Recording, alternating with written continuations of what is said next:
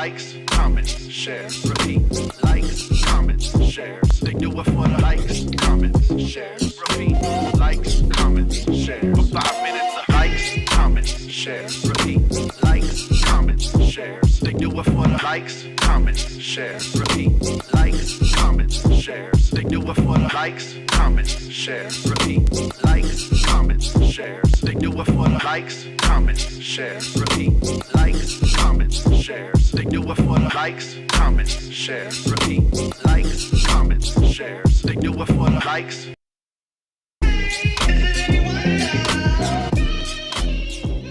Everybody, Hello. welcome to Jersey Lounge. I'm Michael, I'm Mark.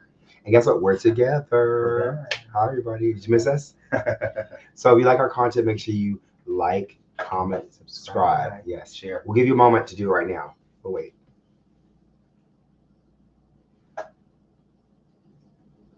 Have you subscribed yet?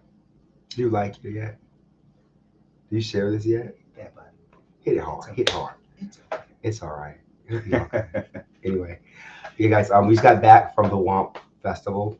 It was a It great was festival. very fantastic. Had a great time. Like our set was fantastic. You can find our content on our site, Xer's Music, on all platforms.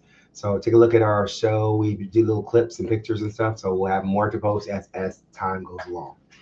Shout out to Frank and Adriana and to Yes. the whole crew that runs Mhm. the WOMP. We appreciate you very much. You had a great time. Yes. We actually had a great camping experience.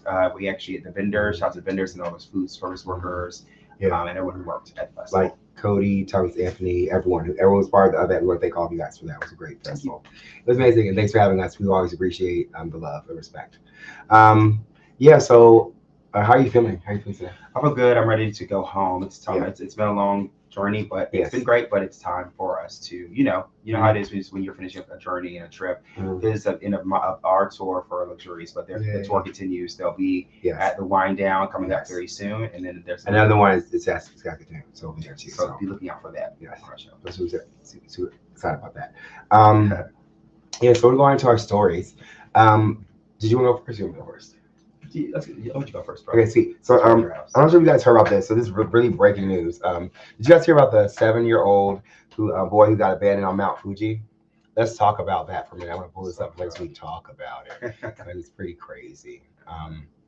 Okay, so I was also shout out to Newsweek who posted this article. Basically, a 7-year-old boy was found after being left alone for hours at Mount Fuji by his father, who abandoned him, the child, to continue his climb with his older son, according to Japanese media reports. The incident occurred Thursday on the mountain, Japan's highest peak. The family visiting the Nigoyon had reached the mountain six stations at an altitude of more than 2,000 meters. And so they said that it was so dangerous because he actually left. The father left and went up the mountain, and the authorities went and had to go get him and bring him back down. They said, had they not have gotten him, and he would have got to the very top of it, it would take him almost 8 hours to come back down to get his son. So the son could have kind of succumbed to inclement weather and there's a whole bunch of different weather conditions that were happening at that time. So it was horrific. So Mark, what do you think about this crazy story? Just to on the abandon you at a mountain, that's insane. Yeah, crazy. I just don't understand what the person was thinking. I mean, I don't know what. It's so weird. You leave your child It's in a crazy. place where they could, they're open to the elements. That's not cool. Yeah. Honestly, there's so many other things you could be doing. I think also they should be really looking strictly about letting him go because that's just not something you should be doing. Yeah, there's definitely tell the kid in custody and take him. I think think about this. Why even bring your son if you knew he was too young or had some sort of issues or getting up the mountain? Then why would you bring him? Right. Yeah, So yeah, very weird, very sad story. I think we hear more stories like this because it's just the times right are crazy. I mean, people are doing random stuff and not really giving a care too much. So, take care of your kids. That's all that matters, right? That's all I'm gonna say about that.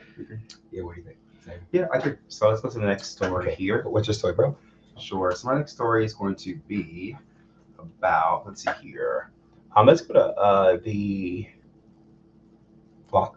Yeah, let's go to Flock. Oh, So okay. so we're just doing an update to the Flock cameras that we talked about previously, where the $8 billion startup pack actually is now facing backlash. because it wasn't for the United States, but because people are now being aware of the surveillance on it. And also, there was a big controversy because after people actually start using them, the police were saying they're using them for, making sure that people are safe, checking cameras and seeing robberies or things happening as far as criminals were concerned. Now, the FLOG actually said it when they were actually doing another kind of development on looking into what they're actually looking at on the cameras. The cameras sit in their claws and they're able to use it for their own intents and purposes. So that doesn't sound very comforting. So they're getting backlash. A lot of people are actually destroying the cameras now all over all of the states. Mike, what do you think about the backlash and about these cameras? I think it's absolutely abhorrent. It's crazy. I think there's issues with police officers using it too in the wrong way. Like you said, there are a lot of issues with cameras in general. People using them to like stop people, to find them, and like they're people actually their ex-wives or ex-husbands like that. So or in general, like having access to pictures to people that you're not supposed to. I think that's ridiculous. So yeah, I think, and also like how safe do we know this is? Like, can it be hacked? It's like it's such a big network of cameras. I think it's ridiculous. I think we need to really vet people who actually are running these kind of businesses, and also I don't think one company should have access to all that. It's too much of a privacy issue. Imagine if another country gets a hold of that information, or or a terrorist group or something crazy happens. It could cause big issues with privacy and people in general. But not just that in general too. Also, it reminds me of the Google camera situation where they're saying that Kylie Jenner was sort of sponsoring them to make it seem like, oh, it's safe for people, but actually women are the ones that are targeted the most when it comes to privacy and people get glasses of people. So yeah, I think it's very important that we address it security wise, and also make sure we have regulations on it. Yeah. So back to that next story. So do you remember hear about the line in Saudi Arabia? Do you know what the line was? Do you know what that was? The line. Yeah. So there was a city trying to build in the desert. Do you know about that? No. And so there's a city trying to build in the desert. It's like a one big line. They did a piece of long, huge ditches. They want to create a city with like two walls that are mirrored on the side, and it's kind of so be futuristic and everything has its own like ecosystem on the other side of this wall. So, y'all know what's going on with it today. You'll be really surprised. Let me pull this up for you, and you'll have let's take a look. So basically, so this shout out to Independent for the regular story. So in the line, Saudi Arabia scales back plans for wildly ambitious 100-mile merging mega city in the desert. So basically they ran out of money. This plans to create a 100-mile long mega city in Saudi Arabia, a key part of the kingdom's $2 trillion redevelopment project, have been put on hold so they can scale back. The line was meant to be one of the Arabia's country's so-called giga projects designed to diversify the economy away from oil through real estate, as part of Crown Prince Mohammed bin Salim's Vision 2030's plan. However, because of the lack of funding and money, they're gonna shrink it down to a fraction of the size. So I think it'll be a tenth of what they thought it's going to be.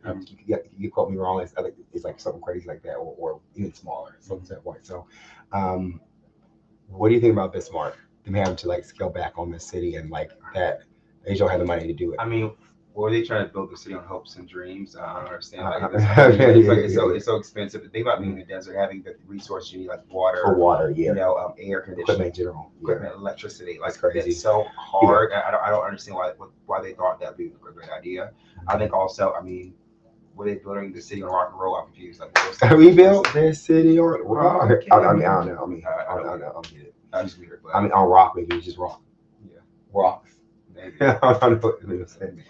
Yeah, it's ridiculous. I think they really should have checked the budget. Like, what's the budget? Like, it's like family. You go grocery store. What's the budget? We're not ordering caviar. We don't have to carry our money. We got food at home. We got food in the refrigerator. Yeah, cities at home. We got cities at home. Exactly. So this economy. Exactly. So I feel bad for them. Hopefully, I guess people will buy into it and maybe go to expand as it goes along. But on that, it's a lot. According to my resources, they actually dug so much sand, so much that's such a waste of resources, such a waste of so that's kind of sad. I agree. Yeah, but disappointment. Yeah, well, what an utter disappointment. Yeah. Okay. So our next story, this will be my last story for today. Basically, and shout out to we're going to talk about the this. Have you heard about this tour guide that actually filmed blind people in Italy? No, what was his name? It was like a Mambo Italiano. It was he messed up. So basically, what he did was he built a fake Roman theater and actually sold tickets for tourists to come see it. So this guy, it's shout out to again El País from the International. They're saying that basically that he organized guided tours and historical reenactment charges up to 40 euros per visitor, which includes an official tour guide, and ended up in prison since in 2 years because of course it was a sham and fraud. So, Mike, what would you do if you were actually brought into a country and you're going to a place? How would you vet this person and actually know if this person's actually legit? Well, what you should do is to check out their reviews. Like to actually credible reviews, and also when you check out their reviews, are they just local?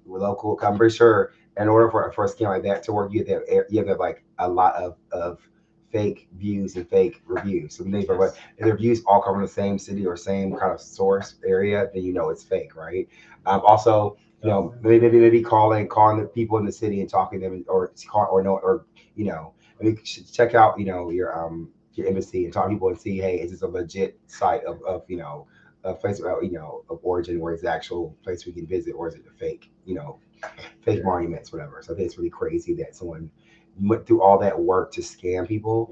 I don't know how much money he got money off the chat. I'm not too sure, but that's crazy. I would say this though: we've been touring around the world too. So anytime you go somewhere, it's important to kind of check the credible source, check the reviews, and also make sure they're accredited, a company that it does touring, because you can't get scammed. Not even just at tourist attractions, but also buying items there, or getting certain things. You want to make sure that you're watching your back and making sure you're covered. So also it's best if you know someone who lives there or speaks the language to have them with you too. Also, what will help you a lot too, when you go to travel agencies, check with the guy. The guys will tell them, ask them, is this a legit source of place? Is it a place that you guys recommend that Because I think the travel agencies will have to get like they're normally in bed with the government, or in bed with to make a profit, to make sure those things are legit. So that's a good way of checking. But what going like on your own and just trusting that place is legit is like that's not good at all.